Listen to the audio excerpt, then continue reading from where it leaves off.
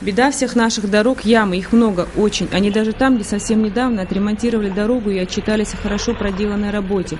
Ямы в черте города, за городом, на центральной трассе, а о проселочных дорогах и говорить не приходится. Нередко водителям приходится объезжать очередную яму и углубление от просевшего грунта. Чтобы не попасть в нее, они вынуждены выезжать на полосу встречного движения, а попадешь – себе дороже. Часто приходится. Часто приходится? Да. Но это просто невозможно по этим дорогам ездить. Везде ямки. Это, я не знаю, это часто приходится, машину делать. Это. Автодорога Сухума-Чимчира протяженностью 50 километров – это единственный участок, который остался не отремонтирован на республиканской трассе Псолынгу. Капитальный ремонт здесь требуется давно, но денег нет. Поэтому предстоит очередной, недолгосрочный, но при этом весьма затратный, так называемый ямочный ремонт. Вот сейчас мы уже получили там 2 миллиона аванс, уже прошли, сделали дефектный акт, определили, какое количество будет необходимо отремонтировать этот участок 50 километров на Тхварчели и на Чимчире там.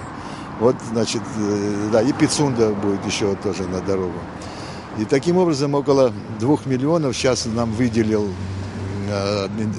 дорожный фонд, мы передали им, они вот уже заплатили за битум, потому что это как бы аванс.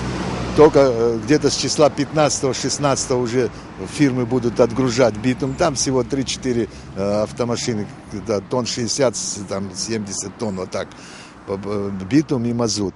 И они уже приблизительно, погода даст, начнут сразу проводить ремонтные работы.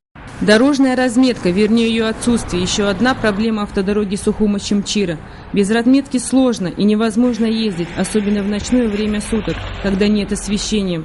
Так и создаются аварийные ситуации. Однако, как нам рассказал Леонид Лолуа, разметка будет нанесена по завершению ремонтных работ, как только немного просохнет асфальт. Как вы видите, состояние наших дорог оставляет желать лучшего. Но даже при таком состоянии дорожная разметка необходима для безопасности наших водителей. Рената Шакай, Алексей Гуха, Абхазское телевидение.